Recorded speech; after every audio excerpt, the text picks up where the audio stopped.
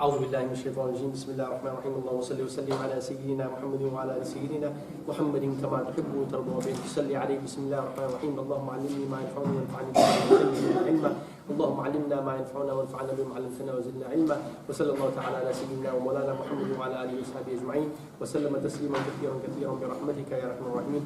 السلام عليكم ورحمة الله تعالى وبركاته. We're discussing the second part of challenges in marriage as per the discussion that I had commenced with at the Marriage Expo about 2 weeks ago, and we had touched on the physical challenges of marriage, and we had touched on the psychological challenges of marriage. Now we're going into a little bit of an in-depth discussion in terms of those aspects before we get on to the financial and the sexual challenges of marriage. Now the first thing that I want to start off with, and this is where last week was purely an introduction. Right? Now we get into the nitty-gritty in terms of the physical challenge of marriage. It's not good enough for me to say labor, right? Ridiculous labor or very difficult labor, or it's not enough for me just to say verbal abuse, or for that matter domestic abuse, or for that matter emotional abuse. Right? All of these matters. Now let me give you the practical dimension. I want to start off with this very, very core aspect of the discussion. Many of you, I think, of the women are married here. Right? How many of you married women ended up staying in your father's house? How many women end up staying in their father's houses? 1%? 1%? About 1%? The rest of the 99% end up in a new home, in a new environment, with a new family, with a new background, or new cultural background, for which they have to adapt to. Okay?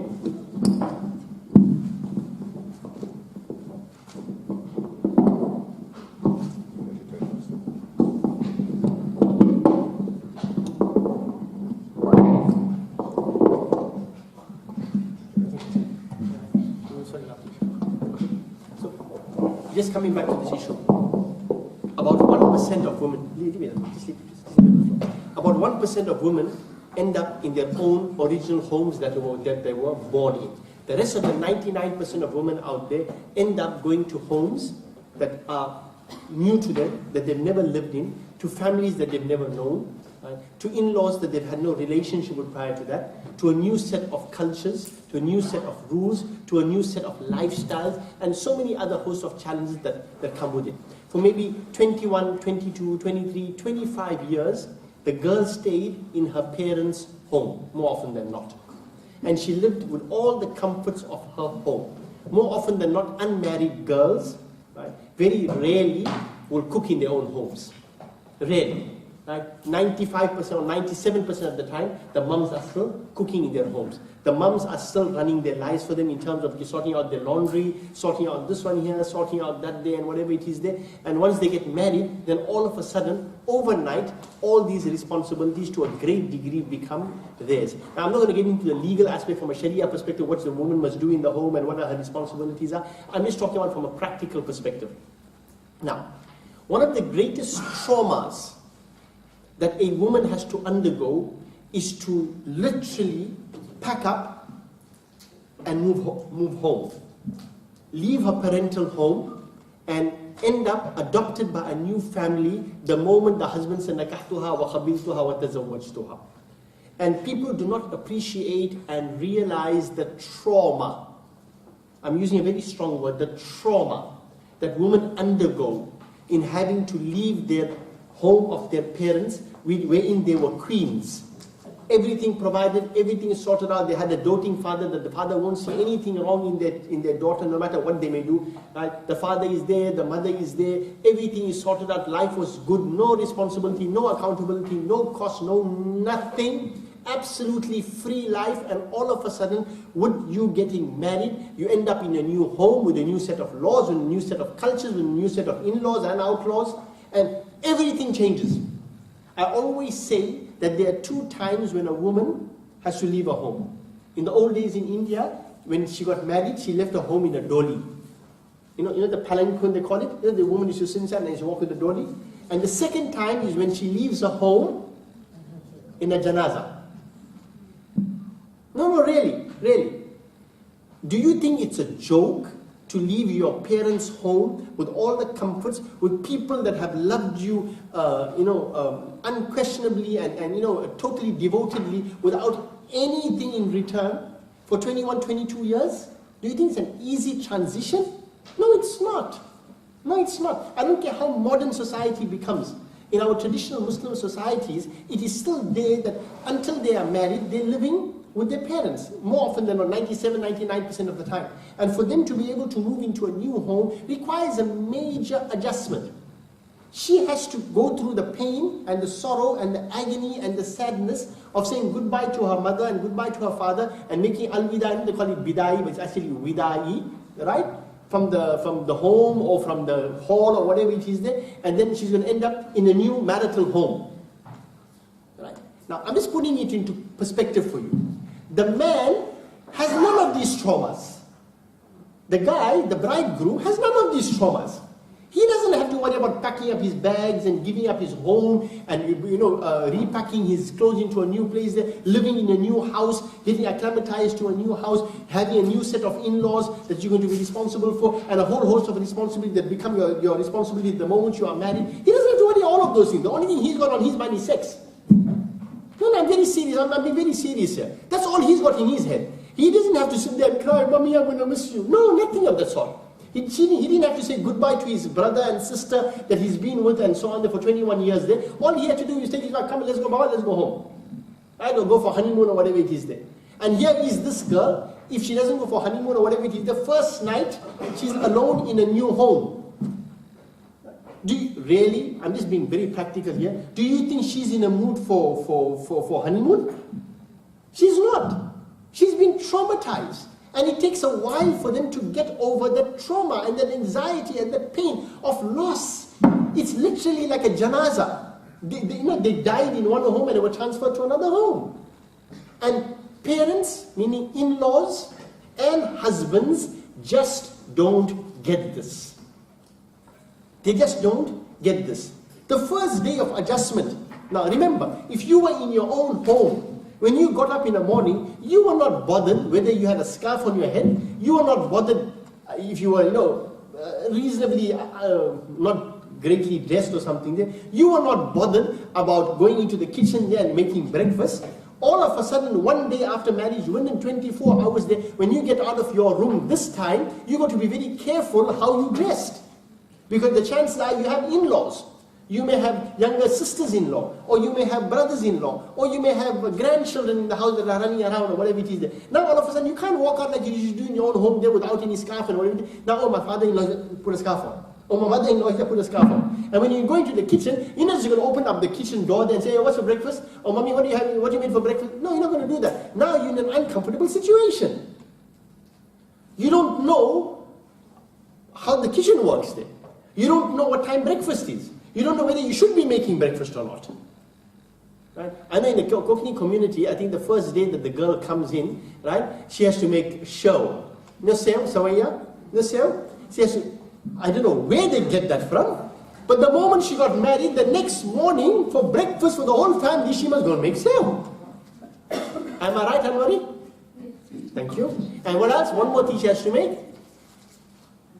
Fish curry. Am I right? Roshan? Fish curry. You know why? Kokni, it's a Kokan thing, right? Fish curry. Sew and fish curry. And God help if you didn't know how to make it right, boy. No. Tell me if these are not practical realities of marriage. Some of you who've been married for many years there will still remember that first day in your new marital home. And then you got a whole set of new in-laws. Now, the husband expects that within 24 hours of being married, his mother and his father must become your parents and you must love them the way he's been loving them for the past 22 years of his life. Someone that you really know, someone that you've really met, that you have ever engaged with, and all of a sudden you must call that woman mommy and they call that woman daddy. As unrealistic as it sounds, these are some of the unrealistic expectations that traditional families in Muslim and Indian and other communities have. And let me tell you the problem. Now, with all of that discomfort, you may have one of two things. 70% of the time, and I'm being very nice when I'm saying 70% of the time, 70% of the time you'll have an understanding mother-in-law who won't forget and suffer from amnesia from that day onwards, that she also went through a great deal of difficulty with her own mother-in-law, and all of a sudden 25 years or 30 years of grief with her own mother-in-law is forgotten. She suffers from amnesia, and all of a sudden she turns into her own mother-in-law. And all of a sudden there is a fight or a competition for center stage. Remember, I am the boss. I am the boss. Now, they will set down ground rules. They won't. It happens within the first week. Within the first week. Now, this girl doesn't have to deal with these things in her own home, because in her own home, the reality of the matter is her mother is boss and she's accepted it. Now, she's got a different set of responsibilities. She has the responsibilities of her husband, and no one has greater right over a woman than her husband. And now, on the other side, in terms of Islamic law, no one has a greater right over the man than his mother. And who gets sandwiched in between? The poor guy. The poor guy. Because he has to make an adjustment now, right? And he has to now separate roles. One role being the role of the mother, and one role being the role of the wife. Now, in between, the mother is so accustomed to making the son breakfast, so accustomed to getting the son's clothing, everything sorted out. Now there's an adjustment for the mother. So hold on a minute, I don't rule over my son anymore. Someone is sharing in my dominion. Let me tell you what it is, just to put it very crudely. Right? Literally now, there's war. Power struggle. That's the nice word. Power struggle. One side the wife, one side the mother-in-law, and in the middle the son. I'm just giving you some scenarios. I'm not going in any linear. I'm giving you some scenarios. Then in between there, you've got there now, the wife is sitting the first day after honeymoon. Do I make breakfast for my husband? Or does my mother-in-law make breakfast? Or what do I do in the kitchen? They have no idea. No one is coming there to help. Oh, you're a new dulhan, you're a new bride, blah, blah, blah, blah, subhanallah, mashallah. For the first few days, after the 5th day, like, when you start cooking, right? When are you going to start cooking? The husband asks you the question, when you get into the kitchen, that's another problem there. No, we don't cook like this, we do this. We don't cook like this, we do that. Right? Let me tell you something. Even in this modern day and age, traditional marriages, there are two fundamental causes for the breakdown of marriages. The first one, which has now eclipsed, it used to be number one before. The first one now, number one, is financial problems. And I'll get to that just now. And number two is in-law issues. Very serious about it. I've dealt with too many cases, right, to tell you otherwise. And realistically speaking, if you do it statistically now, you will see some of the major causes of marriages breaking down is in-law problems or finances. It used to be in-law problems number one. Now it has been eclipsed in this modern era by financial issues. And no one does anything to address this matter. Show me a home wherein you don't have in-law issues, and I'll show you a home where people need to go to a psychiatrist, because there's something wrong there. Really, if you have a situation in your home where in 60 to 65% of the time you have a good relationship with your in-laws, you must count yourself amongst the lucky ones. Amongst the, and I'm saying 65% lucky ones, because most homes end up between 80 to 90% of the time there's always cut between in-laws. Daughter-in-law or mother-in-law, or mother-in-law or daughter-in-law. Interestingly enough, very seldom are fathers-in-law the problem. Very seldom. No, really, very seldom are fathers-in-law the problem. You don't hear it much, where the father-in-law and the son-in-law are having it out. How many situations you know in the community when the father-in-law and son-in-law don't get along, unless of course it was about one of two things. Either they don't support the same soccer team, or alternatively, the son-in-law or the father-in-law to the son-in-law for a ride, or the son-in-law to the father-in-law for a ride in business. Other than that, you don't have issues. You don't have issues. And now this is a serious problem, and there are no effective ways that the community has come up with to deal with the matter. Has anyone been to a mother-in-law, daughter-in-law seminar? They don't exist. And you know what the problem is? Let me tell you fundamentally what is the root of the problem. Remember, a daughter in the house firstly acknowledges the sovereignty of their mother.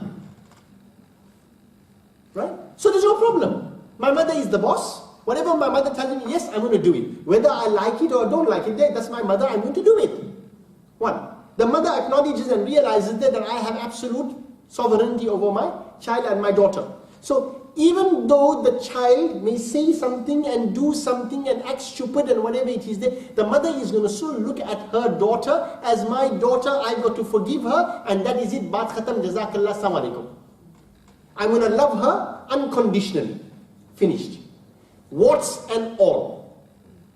And vice versa. The daughter feels the same thing. Now, when you get into a scenario wherein a woman just came into your home who's married to your son, you don't know each other, you have really met, you have really engaged with one another, you have different personalities. One may be an alpha, the other may be an omega, right? Whatever the situation may be, right? Automatically now, there is a power struggle. And the power struggle is for the man.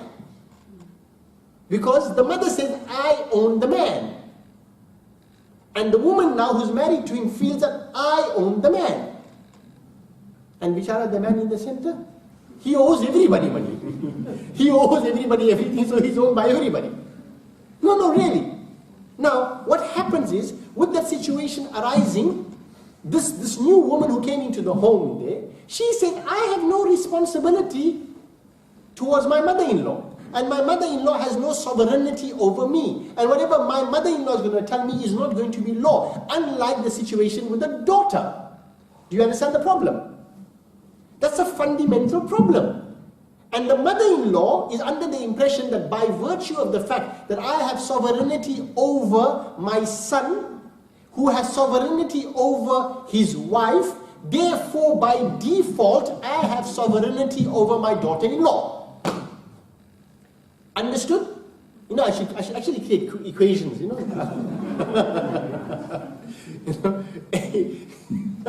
Really, think about it very carefully what I said, and I'm telling you this is the root of the problem. Now, you have two responses to this. One is the passive response, and one is an active response. You get the alpha female out there who come to realize, you know what, I've already dealt with these matters and I've observed these matters on numerous occasions in various families and whatever it is, and I need to come in guns blazing. So the daughter-in-law will come in guns blazing. And the first day of marriage, before the mother-in-law can say hello, now she's already fried the eggs and she told the husband, well, as of today, this is how I make the egg. So if you like it sunny side up, stand outside. I'll scramble your brains for you. And the mother-in-law will walk in and she'll say, but Betty, my beta likes bedu with onions and chilies. Sorry, this is modern eggs. Now scrambled eggs with chives. That's it. Khalas. Right? Or poached with hollandaise. Okay? But we never had this beta in our house. Well, Mom, it's a new day and it's my husband. And Baba, finished. Now let me tell you how the scenario begins to play out. The daughter-in-law will cook something and will cook for the entire family. The fish curry. She cooked it according to her traditional style in her home. Okay?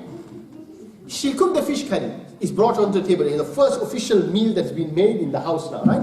So the father-in-law will sit there and eat anything like, how's it? Oh, mashallah, oh, subhanallah, subhanallah. Right? He got out of it scot-free. The mother-in-law, then the son look at his mother-in-law, like, what you think? Like, you know, what's the mother's opinion now, because mother has been his queen all his life. No, it's very nice, but very nice. But you know, darling, you know, next time, add a little bit more garam masala into it. But you know, in our family, not like this one. But it was very nice, huh? Whoa. Why? Because there's a silent language that exists, which is called body language, between women and women.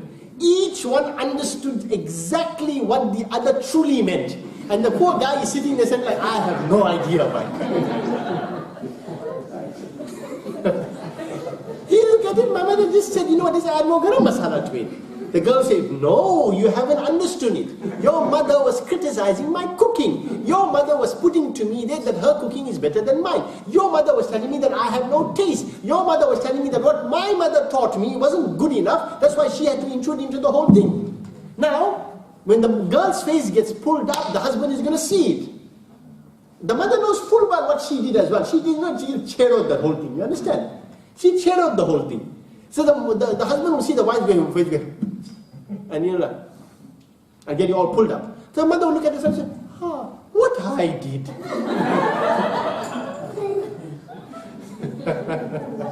What I did. Now, by that time, already the battle lines are drawn. And there's no getting out of it. Now, it's really very serious about it. That battlefield never comes to an end. Well, in many homes. All that you have is, uneasy peace agreements and peace treaties, right? Or alternatively, you have a couple of ceasefires. No, I'm very serious about it. I'm very serious about it. There's no lasting peace. There's no United Nations. Okay? There's always, the battlefield ready to fire. No, really. And the situation in a home will never be with a daughter-in-law the way it is with the own daughter. But let me tell you some of the other challenges. Because these are realistic issues. What happens when a woman comes into a new home? Firstly, she must regard her own in-laws as her mummy and daddy. Call them mummy and daddy. How many of our married men call their fathers-in-law daddy? About 20% of them. How many of the wives call their fathers-in-law something other than daddy or mummy? Or mama or papa or abba or mama, I don't know what else. Or pe or ma or whatever. Right? Am I right? 1. 2. All of a sudden, that family must become your total family. At the exclusion of your family that you've lived for the past 22 years. That you've been familiar with, that you've shared with everything. No, this is your family, abad khadam.